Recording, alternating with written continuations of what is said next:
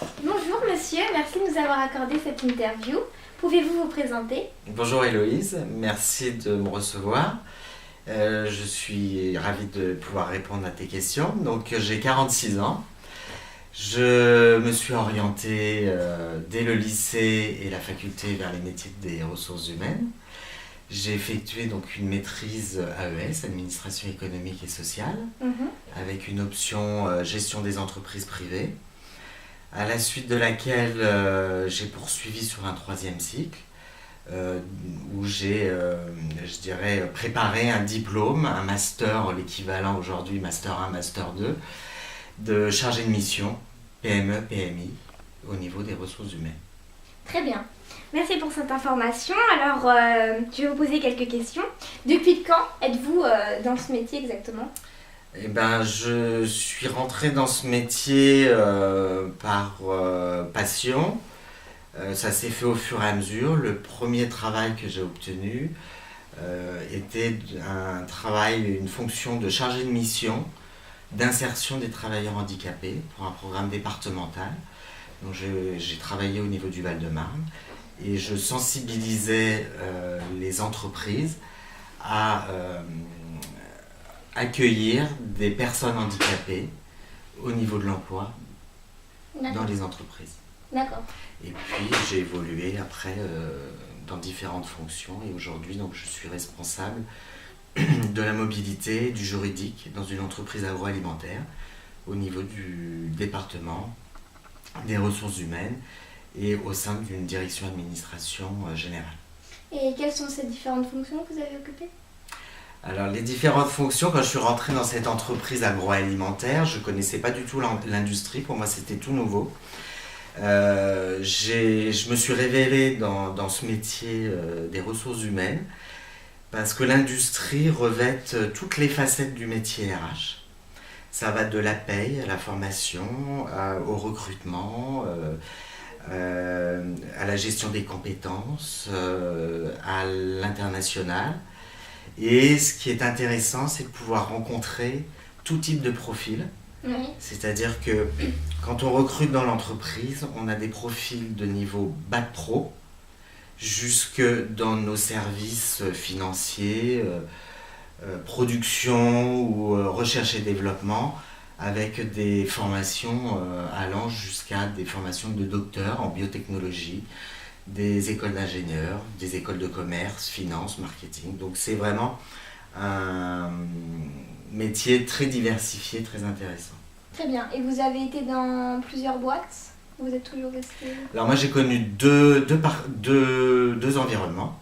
Le premier où j'ai fait de l'insertion plus dans un programme départemental. Donc là c'était un travail avec des associations.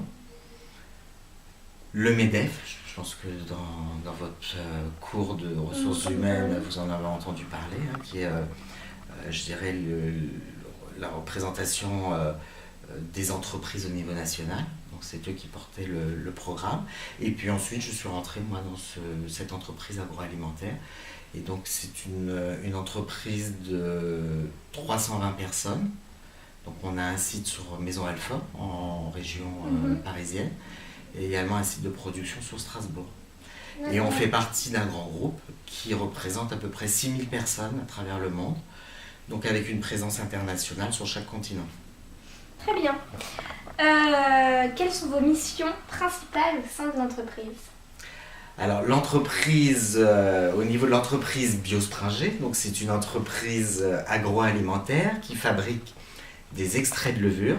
Mhm. Les extraits de levure, vous allez retrouver ces arômes dans les plats cuisinés, dans les bouillons cubes pour agrémenter vos plats cuisinés.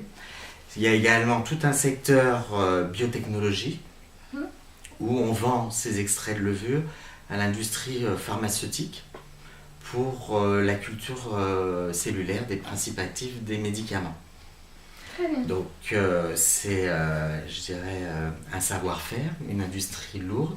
Et donc moi, au niveau de cette entreprise, je m'occupe principalement de tout ce qui est mobilité. Donc mobilité, recrutement, personnel provisoire comme des missions d'intérim, appel également aux stagiaires pour des missions ponctuelles dans le cadre de leur cursus, et puis l'accompagnement également de l'entreprise pour son développement à l'international. Très bien. Trouvez-vous que la gestion des ressources humaines a beaucoup évolué, d'après votre expérience? Alors, ça a évolué, puisque aujourd'hui il faut tenir compte du contexte économique. Tout le monde sait qu'aujourd'hui c'est difficile. Et puis de la réglementation sociale, parce qu'elle a beaucoup évolué. Il y a également la réglementation européenne qui peut influencer au niveau je dirais du droit national en matière sociale. Et puis également du contexte compétitif, puisque aujourd'hui, même sur notre secteur agroalimentaire, où on était leader jusqu'à 3-4 ans, on était les premiers de notre marché, aujourd'hui on est concurrencé fortement par le Brésil, la Chine, et on doit se démarquer par nos produits. Et ça a une incidence au niveau des ressources humaines, puisqu'on doit promouvoir l'évolution de nos salariés. D'accord. Et essayer de monter en compétence les profils de nos collaborateurs. Très bien. Ensuite, donc, quel est votre défi pour cette année 2014? Alors, le défi, on est une entreprise industrielle très ancienne, puisqu'on fait partie du groupe Le SAF, qui est un groupe familial. Et donc il y a une culture paternaliste, ancienne, de négociation avec les partenaires sociaux. Et aujourd'hui, c'est d'arriver à tenir notre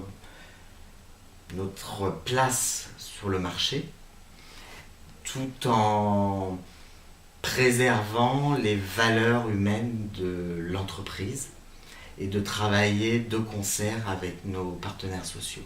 Très bien. Dans un bon esprit. Très bien. Voilà. Qu'est-ce que vous trouvez de plus difficile dans votre profession? Je dirais l'empathie. C'est être toujours disponible, être à l'écoute des collaborateurs et à la fois accompagner la politique, la stratégie de l'entreprise en matière des ressources humaines et d'accompagner le changement. Très bien. Et on rencontre souvent des freins, notamment dans l'entreprise dans laquelle je travaille, puisque les personnes n'ont pas beaucoup changé. Pour la plupart, c'est leur seule et unique entreprise. Donc il y a très peu de turnover et les gens ne se rendent pas compte du cadre dans lequel ils se trouvent.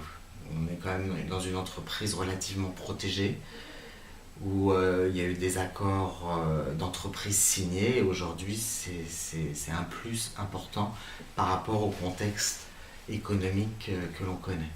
Très bien. Et de plus palpitant? De plus palpitant, je dirais que ça remonte à 2-3 ans. On était une entreprise exportatrice, c'est-à-dire que tous nos produits partaient à l'international. Et de fait de l'évolution du marché, on a décidé, il y avait les actionnaires du groupe qui étaient présents pour répondre à ce défi. On a ouvert 2 usines en parallèle, dans le même intervalle de temps. Donc une en Chine, pour relever le défi chinois, pour être présent sur le marché, et également aux États-Unis. Et donc il a fallu accompagner toute la structure ressources humaines. Au niveau de nos collaborateurs, certains sont partis à l'expatriation.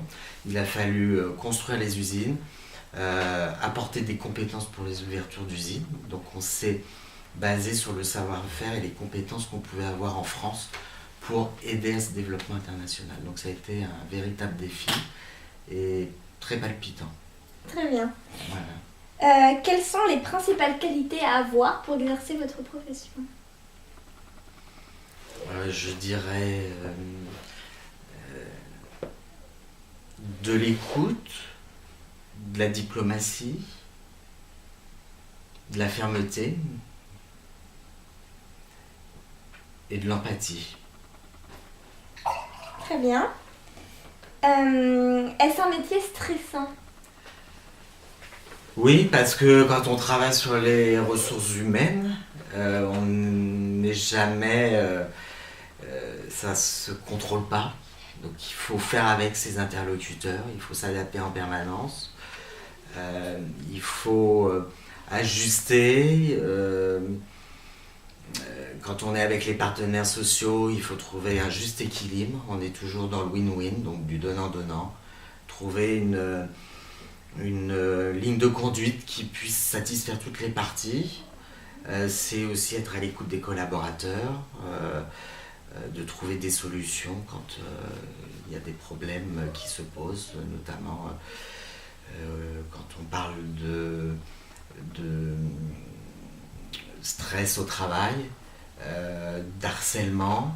Il faut être en empathie et garder une certaine neutralité et avoir des convictions quand même profondes. Très bien. Et enfin, quelle est la crise sociale la plus difficile que vous ayez eu à gérer?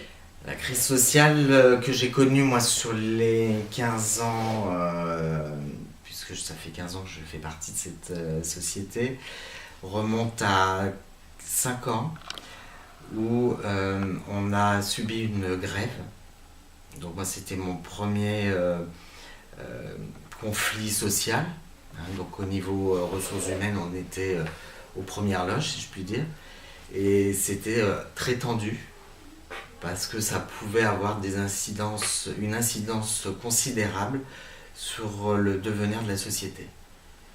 Et heureusement, c'est ce qu'on disait au niveau des qualités, la direction a pu réunir autour de la table les partenaires sociaux et trouver, je dirais, une porte de sortie et un accord qui convenait à l'ensemble des parties.